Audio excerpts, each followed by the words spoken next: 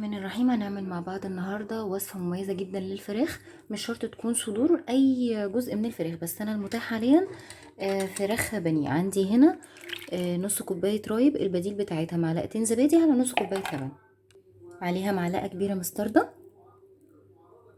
فصين توم مفرومين فريش. المنكهات اللي عندي زعتر وفلفل اسود وبابريكا وتوم باودر وبصل باودر، والملح طبعا حسب الرغبه، بس تعملوا حساب ان المستردة فيها ملح. هحط كمان معلقه عسل نحل. نقلب الخلطه كويس. زي ما قلت لكم تقدروا تستخدموا اي جزء في الفراخ، بس انا المتاح عندي دلوقتي الصدور البانيه.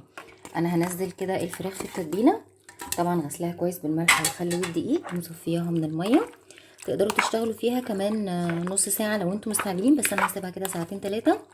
ممكن تقلوها على طول في البقسماط من غير بيض ولا لبن في الزيت، وممكن كمان تشوها في الجريل او على الاير فراير او في الفرن.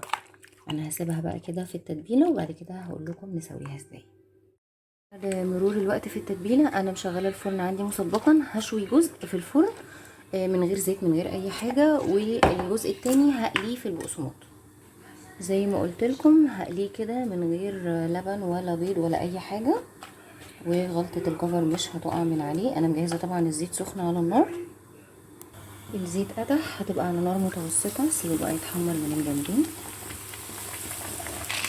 بصوا لونه بقى تحفه والكفر ما وقعش خالص. انا كده هطلعه وهخلص بقيه الكميه واوريه لكم بقى في الاخر.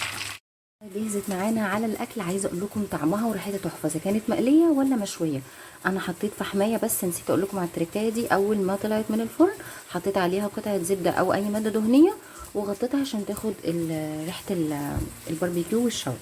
بجد اتمنى ان انتوا تجربوها، ويا ريت تسيبوا لي كومنت تقولوا لكم فيها ايه، وما تنسوش تفعلوا الجرس عشان يوصلكم كل جديد. ولو عجبك الفيديو لايك وسبسكرايب وشير، وان شاء الله هنزل لكم وصفات تانيه جديده.